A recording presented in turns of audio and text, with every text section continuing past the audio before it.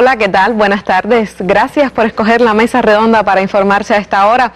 Hoy lunes, comenzando la semana, le informaremos sobre varios temas. En un primer momento estaremos recordando una fecha que nos sirve también para la reflexión y para informarnos sobre novedades en torno al caso aún impune, al asesinato de Carlos Muñiz Varela, un cubano que salió de Cuba como parte de la operación Peter Pan y debido al odio de los contrarrevolucionarios en Miami fue asesinado hoy hace 35 años. En un importante aniversario cerrado estaremos recordando a este importante héroe de las luchas independentistas también en Puerto Rico. Conoceremos más para aquella nueva generación que no recuerda o no conoce quién fue Carlos Muñiz Varela. Sobre eso conversaremos en un primer momento con una persona que lo conoció.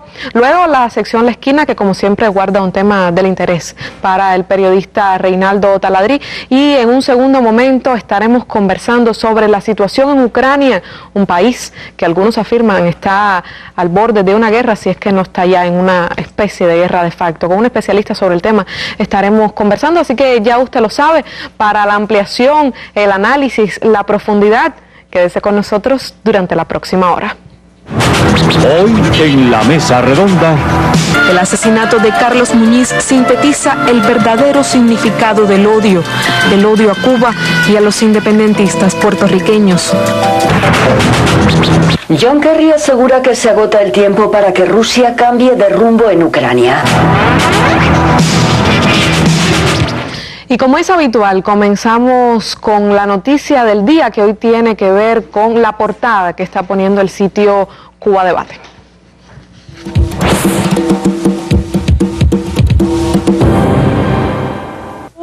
Aberrante campo 7 de la base naval de Guantánamo es una revelación muy reciente que se ha conocido. Todo el mundo reconoce su existencia, pero nadie habla de él. Oculto en algún sitio entre las áridas colinas de Guantánamo, el campo 7 alberga 15 detenidos de gran valor para Estados Unidos entre muros ultra seguros. Nosotros sencillamente no hablamos sobre el campo 7, cuenta la general Marion García, comandante adjunta de la fuerza militar que gestiona la prisión estadounidense ubicada en la bahía cubana de Guantánamo. Es imposible saber cuándo fue creado o dónde se encuentra el campo 7, ni siquiera figura en la información brindada a la prensa sobre la prisión. No es un secreto que está aquí, pero lo que sí está clasificado es su localización y cualquier otra operación sobre el campo o quién está allí. Los 3 abogados que lograron visitarlo prácticamente no tienen derecho a decir nada sobre lo que vieron. Susan Lachelier cuenta a la AFP que ella y Richard Frederico fueron transportados hasta allí en octubre de 2008 en la parte de atrás de una camioneta sin ventanas, en un viaje que duró 20 o 25 minutos para desorientarlos. Es una noticia que está ofreciendo hoy Cuba Debate. Les leo solo un fragmento que da cuenta de cómo siguen las revelaciones en torno a las torturas y a las violaciones al derecho internacional que se cometen en la base naval de Guantánamo por parte del gobierno estadounidense. Ya comenzamos entonces con el tema de la mesa. No se vaya, ya volvemos.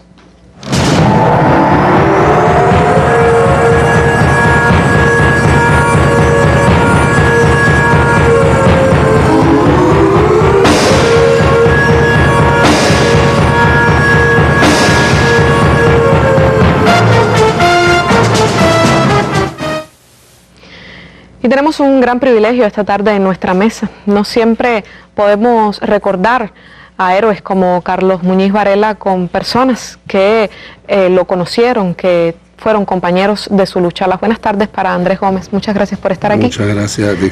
Muchas gracias. Andrés Gómez es periodista, está al frente de Areíto Digital, una revista, reside en Miami, también es miembro de la brigada Antonio Maceo. Yo quisiera comenzar mi diálogo con él a raíz de estos 35 años de la muerte, del asesinato de Carlos Muñiz Varela, leyendo un fragmento de cómo surge esta brigada Antonio Maceo. Fue el 21 de diciembre de 1977 cuando un grupo de 55 jóvenes cubanos regresamos, y esto está escrito por Andrés Gómez, a la tierra que nos viera nacer después de haber abandonado a Cuba de menores con nuestras familias en los años 60 y 70 al rechazar nuestros mayores el proceso revolucionario cubano. Fuimos los primeros de aquellos que salieron del país a partir de 1959 en ser invitados por el gobierno revolucionario a regresar a la patria. Y antes de comenzar nuestro diálogo, hay jóvenes que ven nuestra mesa, Andrés, y quizás no conocen quién fue Carlos Muñiz Varela. Veamos entonces, yo estuve investigando sobre su historia.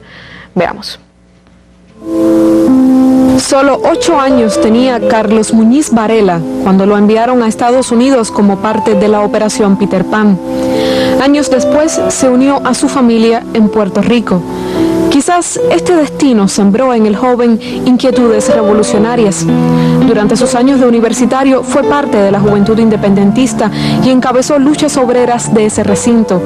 Tenía la convicción de que Puerto Rico debía ser independiente de Estados Unidos. Por ello, apoyó activamente a los independentistas durante las elecciones de 1972. Promovió los viajes a Cuba y el acercamiento con la revolución. Sus ideas de izquierda lo convirtieron rápidamente en enemigo de los grupos anticubanos que operaban en Puerto Rico y Miami. El 28 de abril de 1979 es la trágica fecha, el día en la que rumbo a casa de su madre le dispararon 9 veces primero y después, a quemarropa, le dieron otro tiro de gracia. No hubo secretos sobre la autoría del asesinato. A los pocos días, un sujeto que se proclamaba jefe militar del Comando Omega 7, una organización terrorista financiada por la CIA, se adjudicó el hecho. Hoy, cuando se cumplen 35 años de su muerte, los culpables no han sido encausados. El asesinato de Carlos Muñiz sintetiza el verdadero significado del odio a Cuba y a los independentistas puertorriqueños. Por eso, cada 28 de abril, la triste historia de este hombre recuerda la impunidad que ofrece el gobierno de Estados Unidos a terroristas como los asesinos de Carlos Muñiz Varela. ¿Por qué, Andrés, es importante recordarlo a 35 años de su muerte? Por los ideales que él defendía, por los cuales lo asesinaron. Carlito y su hermana y su mamá fueron a vivir a Puerto Rico, recién él salido, meses después, y se formó en Puerto Rico y asumió su postura y su conducta política en esa isla hermana a través de las luchas, como tú bien señalaste, de los universitarios puertorriqueños y después pues en el movimiento independentista ya con los trabajadores. Cuando él viene a formar parte de la revista Areito, que se funda, fue nuestro primer esfuerzo en fundar una organización que rompiera con la derecha y el poder hegemónico de la derecha hasta aquel momento, él se sumó a ese esfuerzo. Siguió militando en el movimiento independentista puertorriqueño y después se suma al esfuerzo que culmina con la creación de la Brigada Antonio Maceo y nuestra visita a Cuba en aquel momento, por primera vez, como tú señalaste. Después Carlos también se decide organizar una agencia de viajes, cuando los acuerdos del diálogo de 1978, noviembre y diciembre, que permitieron la visita de cubanos por primera vez que habían emigrado del país o habían salido del país después del 59. Y Carlos trae el primer grupo de cubanos que residían en Puerto Rico, a través de Jamaica, no existían viajes directos, a Cuba. Y ya en enero del 79 pues vienen de los Estados Unidos. Pero Carlos era probablemente el más inteligente de nosotros en aquel momento, el más formado políticamente, ideológicamente, un tipo muy chévere. Tenía 25 años de edad. ¿Cuándo murió? ¿Cuándo fue asesinado? Cuando fue asesinado, 25. Él cumplía 26 en agosto de ese año. Un asesinato que sigue impune, Andrés. Ese es el problema, ¿ves? El problema es que el terrorismo no solamente que te maten, pero el terrorismo también es que quede impune tu asesinato. El asesinato de él y de otros compañeros puertorriqueños. ¿Se están haciendo esfuerzos por esclarecer el hecho? Bueno, desde el principio, Raúl Álzaga, compañero nuestro de la Brigada Antonio Maceo, y después cuando tenía suficiente edad, Carlos Muñiz Pérez, el hijo de Carlitos, que hoy es mayor que su padre, igual que su hermana menor, también es mayor que su padre era cuando lo asesinaron, han estado constantemente exigiendo a las autoridades puertorriqueñas y a las autoridades federales que divulguen la información que tienen en archivo para poder saber de sus asesinos y además que se les encauce. Lo importante de esta conmemoración este año, precisamente el 35 aniversario, es que a través del proceso como suma de este proceso de todos estos años, compañeros puertorriqueños, compañeros cubanos, han logrado un estado de opinión en Puerto Rico que ha permitido, por ejemplo, o ha forzado al gobierno actual, un gobierno autonomista, nuevo en el poder, Ahí estamos viendo las imágenes del hijo de Carlos Muñiz Varela, Carlos Muñiz Pérez, que también sigue adelante en la lucha por restablecimiento del asesinato de su padre. Exacto. También a favor de los 5, algo en lo que usted también ha estado trabajando. Sí, pero bueno, déjame terminar la cuestión de la importancia de este momento en Puerto Rico. El gobierno de Puerto Rico, a través de su secretario de Justicia, ha exigido en las últimas semanas al gobierno federal y al FBI en particular que divulgue las informaciones que tienen pertinentes a este caso de Carlito y al asesinato de Santiago Mari Pesquera, que era el hijo mayor de Juan Maribraz, líder importantísimo y principal del movimiento independentista de Puerto Rico. Y se ha comprometido a conseguir esa información y le ha dado plazo al gobierno, al FBI hasta de 6 meses. Además, el periódico El Nuevo Día, que es un periódico principal anexionista, el principal periódico de Puerto Rico, ha estado exigiendo lo mismo de las autoridades federales. Así que es un momento importantísimo. Las fuerzas que siempre han apoyado este esfuerzo, más estas fuerzas de centro y de centro derecha y de derecha, que están exigiendo lo mismo. Por eso es la importancia de este momento y la importancia de yo estar presente en esta mesa redonda para hablar sobre esto. Hoy me escribía Estela Bravo, una conocidísima documentalista que filmó los funerales, y bueno, me llamaba la atención sobre esto mismo, sobre la importancia de mantenerlo vivo en la memoria, de contarle a las nuevas generaciones la historia. Y yo, más adelante hablemos del tema de los 5 y su trabajo en el Comité Nacional en Estados Unidos por la liberación de los 5. Usted conoció, fue compañero de lucha de Carlos, estuvo junto a él en la brigada Antonio Maceo.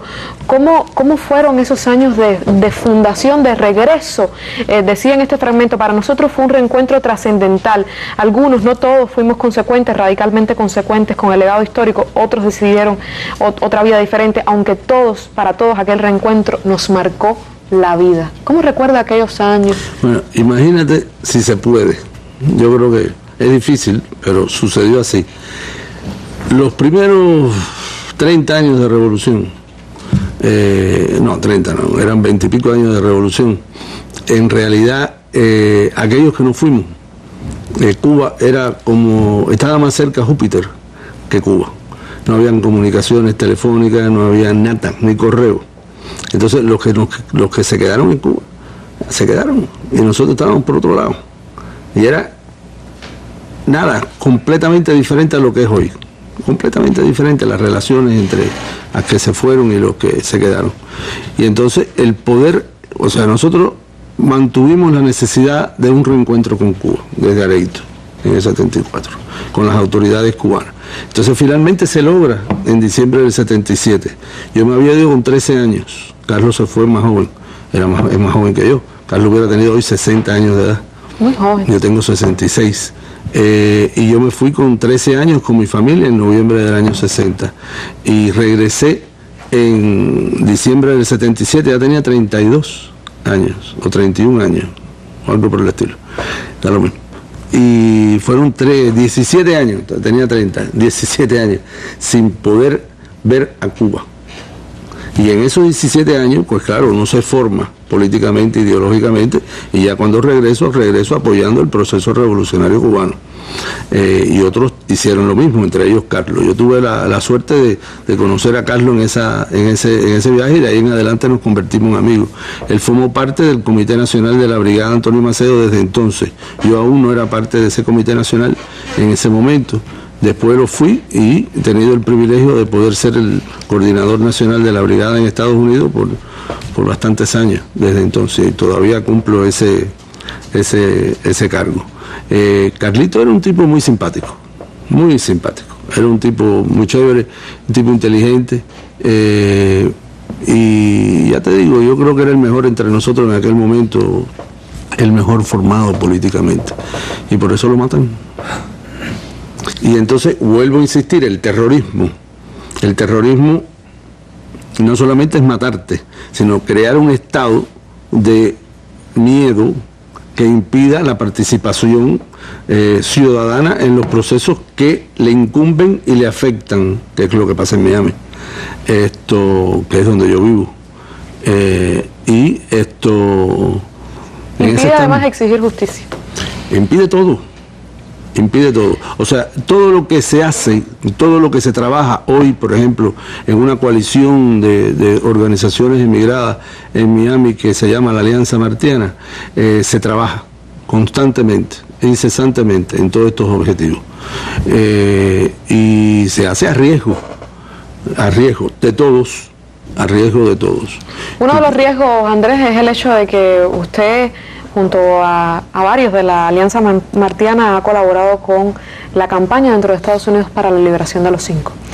Incluso Andrés, para la audiencia que no lo conozca, participó en agrupar algunas de las pruebas que demostraron cómo varios periodistas fueron auspiciados para modificar el estado mediático que había en torno a los juicios de los 5. Y hoy hay una noticia interesante, que es que Amnistía Internacional acusa al gobierno de Estados Unidos de orquestar obstáculos jurídicos contra los 5 cubanos. En un reciente artículo, un informe, la Organización Mundial ha acusado al gobierno de Estados Unidos de manipular el caso contra los 5 cubanos. ¿Cómo está el trabajo? Muy buena noticia esta. Esto es una noticia de suma importancia, porque precisamente ese fue el fallo unánime del primer tribunal del Tribunal de Apelaciones, que dictaminó en el año 4 que no, por la subversión que se refiere a amnistía, y lo argumentaron en un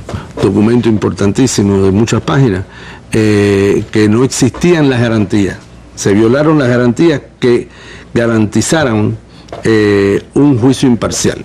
Ahí ellos hablan de tratados internacionales, pero en el tribunal se refiere a la Constitución de los Estados Unidos, por negarse el tribunal al cambio de sede. En vez de ser en Miami, como exigió la defensa que te trasladara, el tribunal se negó, el tribunal que lo juzga se negó. Entonces esa fue la base por la cual el tribunal de 3 jueces encontró necesario la nulificación del juicio y sus condenas, decisión que después fue revertida bajo presión del gobierno de los Estados Unidos por el Pleno del Tribunal de Apelaciones. Sin duda alguna es una buena noticia. Si usted también está en Cuba haciendo alguna de estas actividades a favor de los 5, Andrés, ¿cómo valora la salud del Comité por la Liberación de los 5 dentro de Estados Unidos, que es nuestro principal objetivo en este momento? En Estados Unidos existen 2 comités nacionales. Uno es el Comité Nacional por la Libertad de los 5, que lo dirige Gloria Larriba, y el otro es el Comité Internacional, que en Estados Unidos dirige Alicia Rapco. Los dos hacen excelente trabajo y nosotros colaboramos con los dos, haciendo los trabajos que se necesitan. Pero nosotros también en Miami hemos desarrollado desde un principio nuestros propios objetivos y nuestros propios proyectos, cómo ayudar a los 5. En la libertad del proceso de ayudar a los 5, desde un principio. Y en Miami hemos desarrollado campañas importantísimas a través de todos estos años, caravanas, actividades públicas, en hoteles, en manifestaciones, escribiendo cartas, programas radiales como la Radio Miami, La Tarde se Mueve, y de esa manera hemos podido mantener en firme la exigencia de que se haga justicia, que el gobierno americano reconozca lo que ahí Amnistía vuelve a repetir, que subvirtió a través de muchas maneras, inclusive la compra de periodistas, que es la base principal del proceso de apelación extraordinaria. En este momento está ante el tribunal hace año y medio, sin respuesta por parte del tribunal, el mismo tribunal que los juzgó porque así lo determina la ley. Podría parecer que son dos temas diferentes, esto de recordar a Carlos Muñiz Varela, su asesinato, la impunidad y los 5, sin embargo no lo son, Andrés. No, al contrario. Al contrario, precisamente esta tarde hubo un acto solemne en la Casa de la Amistad del ICAP, donde estuvo presente René González y Ricardo Alarcón. René hizo uso de la palabra. Precisamente porque estos hechos terroristas, del cual Carlos es víctima, y su impunidad por 35 años, más toda la guerra terrorista que los gobiernos de Estados Unidos han mantenido en contra del pueblo cubano, hacen imprescindible la presencia de cubanos infiltrados en las organizaciones terroristas, como fueron los 5. Porque para saber de sus planes y tratar de mallograrlos. Y entonces eso es precisamente por lo cual el gobierno de los Estados Unidos puso a los 5 presos, para dar una lección a Cuba, para darle una lección al mundo de que ellos pueden hacer lo que quieran. ¿Usted cree que si Carlos Muñiz estuviese vivo, estuviese también con usted ahí en ese Comité Nacional por la Liberación de los 5? Hombre, y además en las luchas del pueblo de Puerto Rico por su independencia. Claro que está, eso no hay otra alternativa, porque la lucha de nosotros, la Brigada Antonio Maceo y otros compañeros y compañeras, contra el terrorismo, en realidad comienza aún antes de Carlos. Comienza con la voladura del avión de Barbados en el 76. Y hoy estuvieron presentes en ese acto familiares de las víctimas del terrorismo. Crimen impune. Otro crimen impune. Y entonces es así necesario que la lucha contra el terrorismo, que el asesinato de Carlos nos obligó desde el año 79, y que hace patente nuestra lucha por la libertad de los 5 que luchan contra los terroristas que han estado actuando impunemente todos estos años. 35 en el caso de Carlito. Sin duda alguna es una historia que siempre es muy útil encontrar las relaciones que tienen con el caso de los 5, claro, con lo de Barbados, claro, y con mantener muy viva la historia de Carlos Muñiz Varela, que a pesar de que han pasado 35 años, siga entre nosotros su imagen, sus ideales y la necesidad de justicia. Por eso le agradezco, Andrés, que haya estado aquí con nosotros, que nos haya contado una parte que también es inherente a su propia vida. Exactamente, y te lo agradezco a ti. Por eso mismo, por la importancia que tiene. Yo le agradezco a usted porque también es muy importante para las nuevas generaciones, que a pesar, ya han pasado 35 años, yo tengo 26 años, es decir, si no lo mantenemos vivo de esta manera, pues su historia no perduraría. Por eso, una vez más, gracias por haber estado aquí.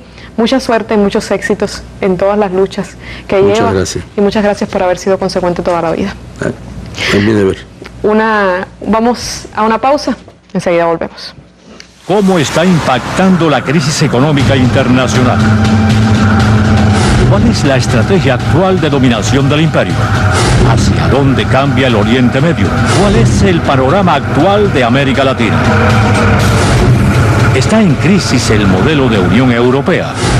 Análisis, opiniones, imágenes sobre estos y otros importantes temas internacionales, usted los encontrará en la Mesa Redonda. Acompáñenos cada día a las 7 de la noche. Ya está listo el periodista Reinaldo Taladriz, como es habitual cada lunes, con su sección La Esquina. Las buenas noches.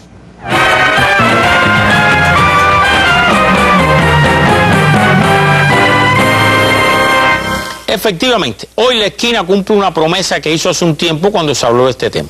Primero, el título, Terminator, sí. ¿Ustedes recuerdan aquella famosa trilogía de películas que todos vimos, creo? A ver, vamos a recordarla con alguna foto. Bueno, ustedes recuerdan que era el robot, que en ese caso tenía piel humana, pero que originalmente es un robot y se hizo como un robot, lo que se le logró dar forma de ser humano. Era Arnold Schwarzenegger originalmente, el Terminator. Después hubo varios tipos de Terminator. Bueno, pues la historia es que Terminator ya existe en la vida real. se acaba de hacer una demostración y vamos a mostrarle a ustedes la foto del primer Terminator de la vida real. Ya se me adelantaron un poquito, pero lo están viendo. Miren, bueno, se me están adelantando porque están leyendo eso. Bien, se llama Wildcat, o sea, gato salvaje. Es un robot, pero con movimiento independiente. Como están viendo ahí, es totalmente inalámbrico y se dirige por alguna forma no divulgada de control remoto. Vamos a seguir viendo. Aquí está. Esta es la demostración que hicieron con prensa en un parqueo. Ahí se está moviendo el robot. Véanlo. Se mueve sin ningún tipo de cable. Es inagotable. O sea, puede estar en movimiento perpetuo. Tampoco se ha revelado cuál es la fuente de energía. Seguimos. Véanlo ahí en la misma demostración. Alcanza una velocidad de movimiento de hasta 28 millas por hora. ¿Quieren tener una idea de qué es esto? Vamos a ver la próxima imagen. Es más rápido que cualquier ser humano, incluyendo Usain Bolt, que no se mueve a 28, no corre a 28 millas por hora. Estas son unas breves imágenes de la demostración que se hizo en un parqueo. ¿Y la hizo quién? Quien pagó y quien va a usar este robot llamado gato salvaje, Wildcat, pero que todo el mundo le dice Terminator. ¿Quién fue? El Departamento de Defensa, el Pentágono. Es el que pagó y el dueño del robot. Usted puede decir, bueno, esto es un avance tecnológico, una maravilla. Sí, es verdad, desde el punto de vista tecnológico lo es. ¿Qué dijeron los militares cuando lo presentaron? Bueno, lo único a esto que les dije que agregaron es que todavía tienen que trabajar porque hace mucho ruido cuando se desplaza y tiene que ser semi-silencioso. ¿Para qué quieren que un robot de los militares sea semi-silencioso? ¿En qué lo piensan usar? No especificaron. Pero hay algo más que preocupa a mucha gente en Estados Unidos y fuera de Estados Unidos. Hay una gráfica que voy a compartir con ustedes que les aclara esto. Vamos a verla.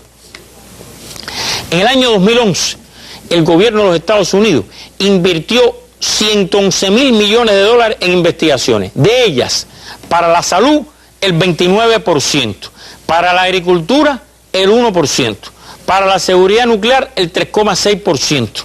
Para la NASA, el espacio, las investigaciones, Marte, los planetas, el 6,5%. Para el control de plagas, virus y enfermedades, solamente el 0,5%. Pero de esos 110.000 millones de dólares que el gobierno de Estados Unidos invirtió en un año de investigaciones, vean, aquí está, ¿qué por ciento fue a parar a los militares?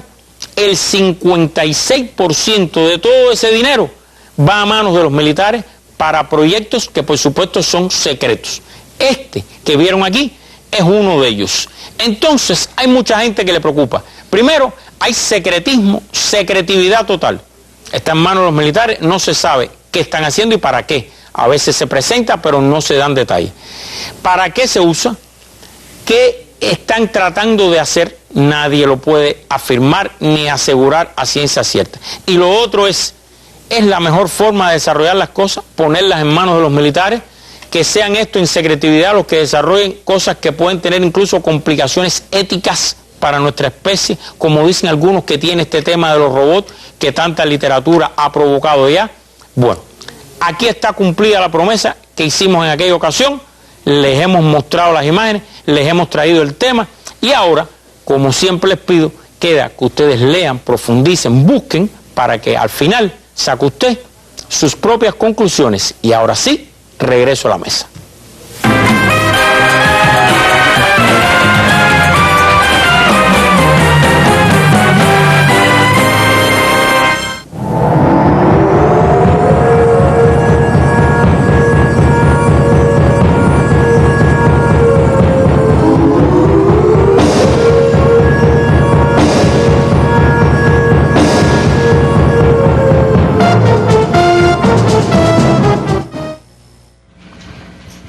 Y ya estamos listos para comenzar el segundo momento de nuestra mesa redonda. Ucrania, un país que está viviendo conflictos internos muy complicados, siendo al mismo tiempo epicentro de un balance de fuerzas entre Occidente y Rusia. Para comprender qué está pasando en Ucrania, cuáles son las posibilidades de que pueda darse una guerra en ese país, ¿son legales las autonomías proclamadas al este de Ucrania? ¿Cómo se puede comprender la situación actual? Para responder estas y otras interrogantes le doy las buenas tardes a Elsa Claro. Las gracias por estar aquí, especialista en temas internacionales y específicamente en temas de Europa. Comencemos con una historia que nos trae Javier Ortiz sobre la situación actual que está viviendo Ucrania. 26 de noviembre de 2013. Una multitud se concentró frente a la sede del gobierno ucraniano para protestar. No fue una manifestación muy diferente a la que diariamente se ve en cualquier sitio de Europa, pero esta movilización fue la semilla de un movimiento político que, con el apoyo de elementos externos, derrocó al gobierno del presidente ucraniano Víktor Yanukovych y cuyas consecuencias han ido más allá de un simple cambio en las políticas de Estado. Esos acontecimientos despertaron un dragón dormido, sacando a la luz las diferencias entre dos Ucranias. Una donde se habla ruso, espiritualmente cercana a Moscú, y otra nacionalista, que rechaza el pasado soviético y desea formar parte de la Unión Europea. Ambas Ucranias se enfrentan.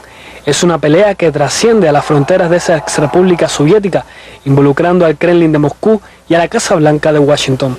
Vladimir Putin y Barack Obama están protagonizando el resurgimiento de la vieja enemistad que durante medio siglo enfrentó a sus respectivos países. Los propios ucranianos tienen fe en que las potencias involucradas defiendan sus intereses y objetivos. Así lo expresan los activistas prorrusos que esperan la protección de Putin y los ucranianos prooccidentales que han buscado el apoyo norteamericano y europeo, como lo ha expresado la ex primera ministra Yulia Tymoshenko. Creo que solo los países más grandes del mundo y la Unión Europea son capaces de colocar al Kremlin en su sitio. Ucrania parece ser la caja de Pandora que ha resucitado la rivalidad entre Estados Unidos y Rusia. Javier Ortiz, especial para la Mesa Redonda. Es un tema complicadísimo, Elsa. A mí me parece, en la mañana comentaba en la revista Buenos Días sobre esto, y es difícil hacer proyecciones. Las últimas, al fin de semana, lo último que se conocía, Donetsk, Kharkov y Slaviansk, son tres provincias que se han declarado autónomas, quieren federalizarse. ¿Qué significa esto? El hecho de que hay algunos que prefieren que Ucrania sea un país federal. Bueno, ante todo, estas regiones que han tomado un rumbo opuesto al de Kiev, o sea, las autoridades impuestas en el país, son las más cercanas, en primer término son las rusoparlantes, las más cercanas a la frontera rusa, o tienen frontera con Rusia. Ahí estamos viendo, perdone que la interrumpa, Elsa, las tres regiones fronterizas con Rusia que se han declarado. Efectivamente, es muy bueno que se haya puesto el mapa porque así se ve con más nitidez esto que estoy planteando, es decir, la frontera con Rusia, la influencia lógica que tiene que tener Rusia sobre ellos y por qué hablan el ruso desde el nacimiento. Hay una gran cantidad de esa población de estas áreas que son rusos nativos y otros son descendientes de aquellos rusos. Pero el problema yo no lo veo como un problema étnico, a pesar de que en Ucrania siempre existió, como hay en otras partes del mundo, porque esta no es el único sitio donde este tipo de fenómenos se dan. Hay dos conglomerados humanos. La parte occidental de Ucrania pasó por manos del Imperio Austrohúngaro, una etapa en que perteneció a Polonia, es decir, han tenido influencias del área occidental y del área oriental también de Europa, en tanto que esta zona de la cual estamos hablando, y no solamente estos tres sitios donde se han declarado repúblicas independientes, sino también un poco más, toda la parte oriental del país, que es la mayor parte, además del país, más de la mitad del país, siempre ha tenido una influencia rusa fuerte por muchos motivos, entre otros la unidad que provocó la existencia de la Unión Soviética, en que era una república que formaba parte de un país confederado. Es decir, la idea de federación no es un problema nuevo, no es un problema diferente, no es algo que no conozcan, porque además dentro de cada una de estas regiones o de estas repúblicas había a su vez repúblicas autónomas, como lo fue Crimea, por ejemplo, que Crimea primero fue siendo territorio ruso, o sea, soviético en realidad todavía, pero perteneciendo a la Federación Rusa, no obstante era una región autónoma, aunque pertenecía a la Federación Rusa. Cuando Nikita Khrushchev en el 53 la dona a Ucrania, sigue siendo también región autónoma, aunque pertenecía a la administración ucraniana. ¿Te das cuenta de la complejidad, no? Es decir, tenemos no simples provincias formando parte que son los que componen un país, sino dentro de un país hay regiones que tienen de por sí autonomía. ¿Es legal que se declaren autónomas? Bueno, yo me preguntaría antes de preguntarme si esta gente que está protestando es legal o no, me preguntaría si es legal el gobierno que está rigiendo el país, porque las autoridades que están actuando y que han sido reconocidas por Estados Unidos y los países occidentales llegaron al poder ¿a través de qué? ¿Por elecciones? No, fue a través de un golpe de Estado. Por lo tanto, son legales. De aquí parten las cosas, porque a esta gente de las cuales estamos hablando, estas regiones que se quieren separar o que quieren sencillamente mantenerse dentro de Ucrania, pero con un grado de autonomía superior al que poseen. Pero yo te decía al inicio que no es un problema puramente étnico, ni tampoco es como algunos tratan de hacer ver, un problema de índole ideológica. No, es un problema sobre todo de carácter social. ¿Por qué? Porque el disgusto de base que existía en el país, fomentado por personas que hoy están en la oposición, te puedo decir a Yulia Timoshenko, por ejemplo. Yulia Timoshenko fue primera ministra 2 veces. ¿Qué hizo por la población ucraniana? ¿Qué hizo por resolver los problemas que existían? El área esta ¿Tiene pocas posibilidades en estas elecciones que vienen? Bueno, al menos por los sondeos que se han hecho, y que se han hecho a partir del momento que ella salió de la cárcel, y que se hubo todo aquel teatro de en silla de ruedas, infeliz, pobrecita y demás, ha tenido muy poca aceptación, tiene muy poca aceptación, y las encuestas indican que no votarían por ella de una forma amplia como para que pueda obtener la presidencia del país. Que no nos olvidemos de esto, porque se ha centrado mucho la cosa en estas presidenciales de mayo, pero en el anterior régimen en el que estaba Yanukovych, el presidente del país reunía el mayor poder, pero la constitución la cambiaron los golpistas, volvieron a una constitución en que no es el presidente quien tiene el mayor poder, sino otras estructuras inferiores, incluyendo a el Parlamento. Por lo tanto, pueden pasar muchísimas cosas, incluso hasta puede ser cualquiera, que no va a ser cualquiera, va a ser uno de los oligarcas interesados en seguir explotando el cargo para favorecer a su grupo económico, porque de eso se trata. Vamos al inicio de la historia, ¿cuál es? Esto es una pugna entre oligarcas. Como lo es Timoshenko.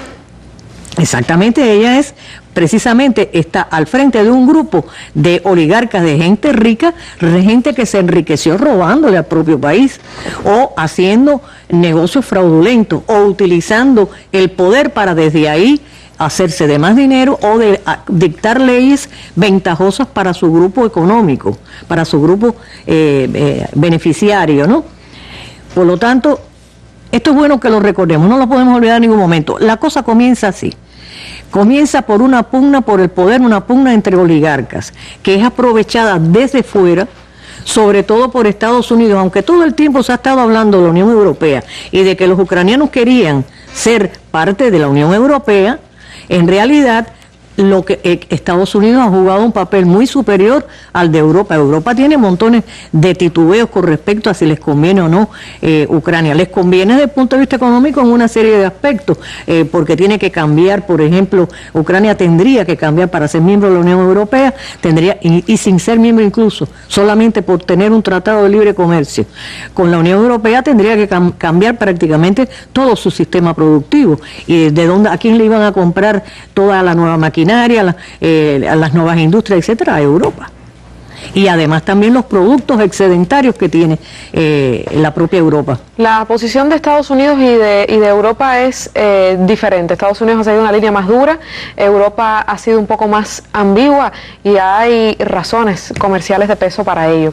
El secretario de Estado norteamericano John Kerry hizo declaraciones sobre el tema y amenazó a Rusia. Se ha elevado la retórica política con respecto a este enfrentamiento. Veamos qué fue lo que dijo. John Kerry asegura que se agota el tiempo para que Rusia cambie de rumbo en Ucrania. El secretario de Estado estadounidense ha denunciado que Moscú no ha dado ni un solo paso para cumplir el acuerdo alcanzado en Ginebra y ha amenazado con más sanciones.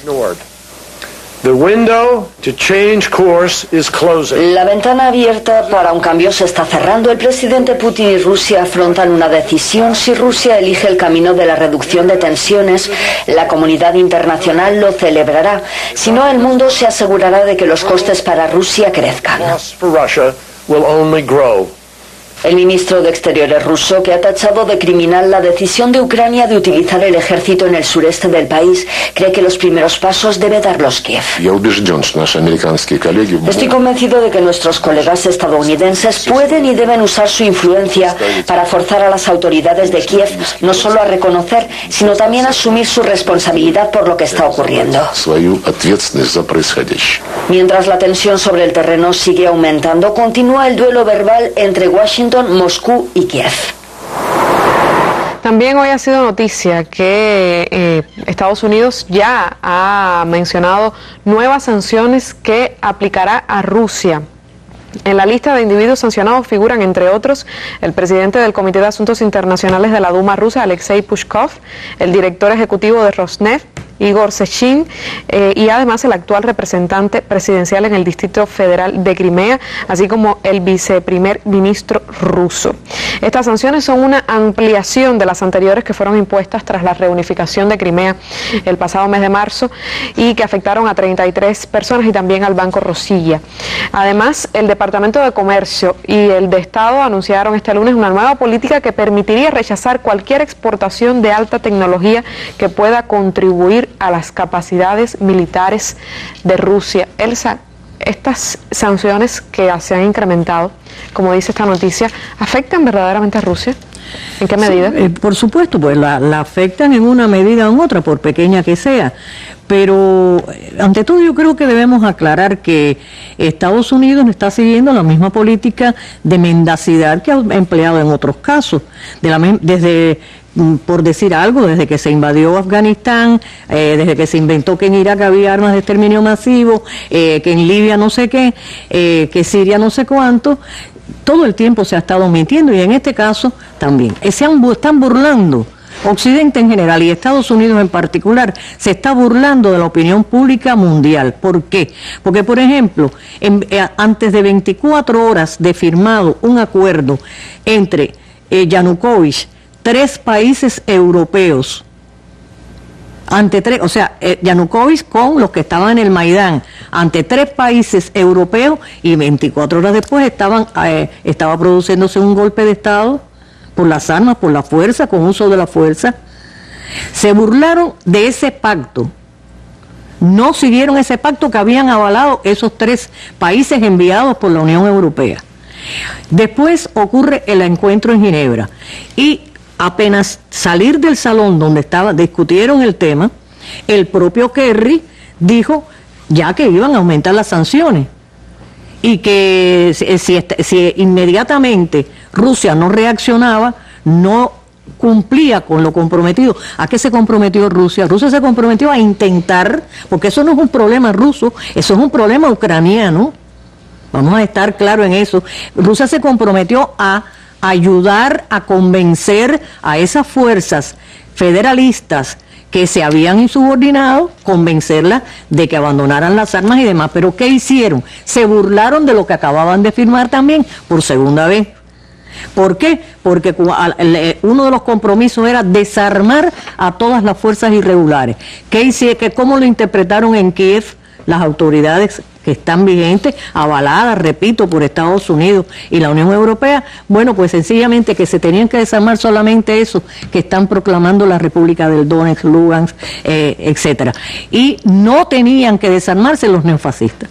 No se tenían que desarmar los que en el Maidán, según toda una cantidad, y eso se sabrá en el futuro con más certeza, los que en el Maidán asesinaron a sus propios correligionarios, a gente de pueblo, además de a la propia policía. Y a esa gente, bueno, sí, podían seguir teniendo armas. Es más, le dieron más armas. Y los incorporaron, lo adicionaron al ejército regular de Ucrania. ¿Qué cosa? Esa es una burla al pueblo ucraniano, una burla a la comunidad internacional, y todavía Obama, ahora en su gira asiática, dice que Putin no ha levantado un dedo para hacer nada. Pero ven acá, en primer término... Está negando su propia responsabilidad. Exactamente, porque es mucho más fácil negar lo que ellos no han hecho y culpar al otro de todo, absolutamente de todo. Rusia es la culpable de lo que ha ocurrido en Ucrania.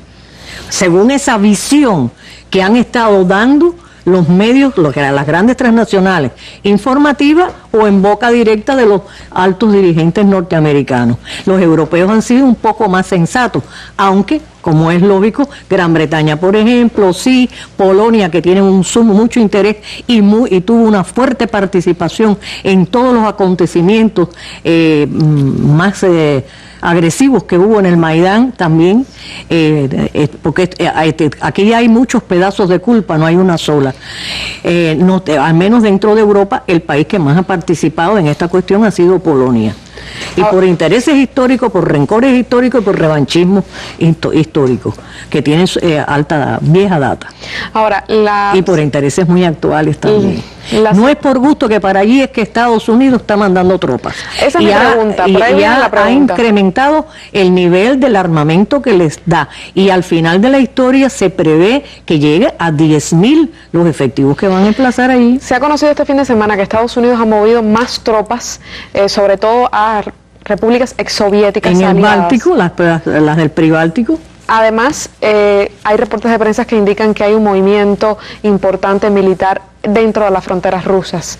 Dentro de Ucrania, también el ejército ucraniano está movilizándose, sobre todo la defensa antiaérea, de acuerdo a varios reportes. Todo parece indicar que es como si se estuviese organizando para una guerra. ¿Cree usted que hay posibilidades de que se dé una guerra? Sí, por supuesto que sí. La guerra puede ser de tipo civil o puede tener otra envergadura. En el caso de Rusia está haciendo ejercicios militares. Primero estaban a 40 kilómetros de la frontera y ahora están más cerca porque se sienten amenazados también, como es lógico. Además tienen todo el derecho del mundo porque están en su territorio a defender esa frontera. Si el ejército logra penetrar, que hasta ahora no lo ha logrado, porque una buena parte de las tropas que han enviado allí se sumaron a las fuerzas civiles de estas repúblicas que se acaban de proclamar, en el Donetsk, en Lugansk, en Slaviansk.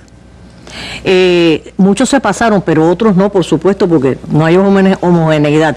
Y por algo mandaron tropas de los neofascistas de Pravý Sector y de Svoboda, son gente fascista declaradamente, los han mandado para allí. ¿Por qué? Porque esa gente, al ser tan extremistas, pues impulsan, provocan, penetran en estos sitios. Pueden estimular, animar a los soldados a que hagan incluso aquello que no desean. Ahora, hay otras fuerzas que se están moviendo dentro de Ucrania, e incluso en estos mismos lugares y fuera de estos lugares autoproclamados repúblicas independientes, que están tratando por todos los medios de que no ocurra eso, de que no se llegue al extremo de una guerra civil, que un país que está devastado económicamente, que tiene una cantidad de problemas muy fuertes de carácter social internamente, si además de eso tiene una guerra, sería sencillamente catastrófico. La guerra puede ser más expansiva en dependencia de lo que decida Estados Unidos, porque en definitiva, ¿cuáles son los super objetivos que tiene Estados Unidos? No solamente tener a Ucrania y meter a Ucrania dentro de la OTAN y aprovecharse de una serie de ventajas. Esto es un país grande, con una cantidad importante de habitantes, y además sería pondría una base gigantesca de tipo militar en las fronteras con Rusia.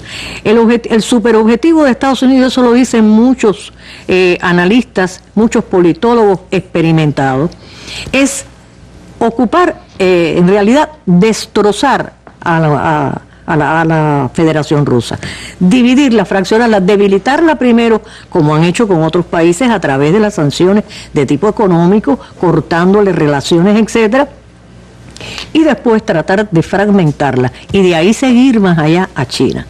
¿Qué está haciendo Obama en este momento, en esta gira asiática? Si tú te fijas en las informaciones las más inocentes, todas giran en torno al reforzamiento del poderío militar y de los nexos militares de Estados Unidos con Asia, ignorando a China. ¿Cómo se supone que se deba interpretar un viaje tan extenso por todos los países de la cuenca esta del Pacífico y que no se visite China y que al contrario lo que se esté tratando es de azuzar los intereses que pueda haber por la otra parte? Ahí Estados Unidos tiene intereses también de tipo económico, por ejemplo el acuerdo transpacífico, que es un acuerdo de libre comercio para esta zona. Y de eso es de lo que menos se ha hablado en las negociaciones que ha sostenido. Se ha hablado sobre todo de cuestiones militares, de cuestiones bélicas. Ahora, yo quisiera hacer una pregunta, Elsa. Podría parecer un poco difícil pensar que con una guerra en Ucrania ellos pudieran desmembrar a ese gran imperio que continúa siendo la Federación Rusa. Parecería que ellos habían logrado un balance en el hecho de que ganaron Ucrania al dar el golpe de Estado y... ha resultado que no es así. Ha resultado que no la han ganado, efectivamente, por la complejidad histórica, porque al final la política y la sociedad no es una ciencia exacta, no la han ganado. ¿Le convendría realmente a Europa una guerra como esta? ¿Le convendría a Estados Unidos una guerra como esta? Una guerra en ninguna etapa, repito, le conviene a nadie en realidad. Es decir, excepto aquellos, por ejemplo, Estados Unidos salió muy fortalecido en la Segunda Guerra Mundial, porque se dedicó a vender las armas a Europa. Las armas, los alimentos, los uniformes, la ropa, todo porque Europa estaba paralizada. De ahí salió sumamente fortalecido Estados Unidos, que recuerda que antes de que comenzara la guerra había pasado por la Gran Depresión. Entonces, salvo casos así y de intereses y sectores como por ejemplo la industria armamentista, claro, es a los únicos que les conviene una guerra. A los pueblos, por supuesto, jamás. A los pueblos jamás, lo repito, ni al que la desata ni al que la sufre o a los que la sufren. Y el único interés que puede haber, o mejor dicho, el único no, los intereses en juego son estos. Rusia constituye un contrapeso a la hegemonía norteamericana, al control y dominio norteamericano. Europa se le ha subordinado gratis, virtualmente, tanto la parte oriental como la parte occidental. Pero le falta esto, ellos nunca dejaron de ver un oponente, y un oponente fuerte por extensión territorial, porque es una potencia atómica, y porque han sido capaces de, en definitiva, recuperarse económicamente. De eso no cabe duda, y no solamente recuperarse económicamente, sino desde el punto de vista político, porque la importancia de Rusia en una serie de acontecimientos internacionales recientes, llámese Siria, llámese Irán, incluso en Irak, es muy importante. Es decir, es un contrapeso que ellos se quieren quitar de encima. Y ellos siempre siguieron viendo a Rusia como si todavía fuera Unión Soviética, aunque en este momento se trata de dos bloques capitalistas, porque tan capitalista es Rusia como Estados Unidos. Pueden variar en el modelo, pueden variar en el enfoque social que hacen de ese capitalismo. O sea que hay distintos modelos de capitalismo, pero de todas maneras ellos no quieren tener este tipo de oponentes. Y en el caso económico no quieren tenerlo como oponente ni en economía ni en política. Ahora, ¿puede Europa vivir sin el gas de Rusia? Bueno, Estados Unidos, particularmente Obama, estuvo ofreciéndole todo el gas, así lo dijo, todo el gas que quisiera, que necesitara Europa, ellos se lo iban a suministrar. Es que me parece que es un poco utópico, hasta donde yo sé, me parece un poco utópico, pero está esa promesa. Y está también la posibilidad del famoso fracking, o sea, el gas de esquisto que está penetrado en la roca, pero eso es muy costoso, requiere enormes cantidades de agua, es muy contaminante porque hay que usar una cantidad muy grande de químicos, y donde quiera que eso se ha empleado la gente protesta, la gente lo rechaza. La propia Polonia, por ejemplo, una empresa norteamericana estaba explotando el gas de esquisto allí. Conclusión, que es un poco difícil en realidad, siempre queda que traerlo del Medio Oriente más caro.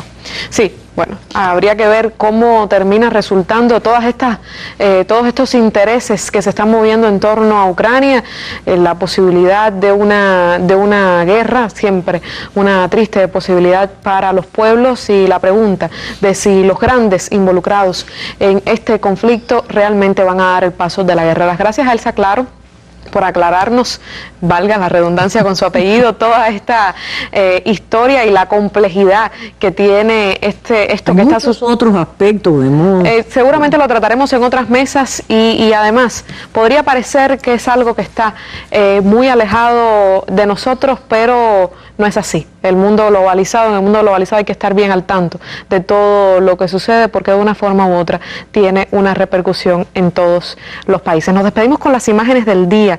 Hoy le hacemos un homenaje al creador del Zoológico de Piedra de Guantánamo, uno de los lugares más fascinantes de Cuba. Ángel Iñigo falleció, pero ahí están sus animales de piedra que lo sobrevivirán. Con un homenaje a este hombre nos despedimos. Usted vuelva siempre, recuerde que esto es una mesa redonda, siempre habrá espacio para usted. Hasta un próximo encuentro, que tenga buenas noches.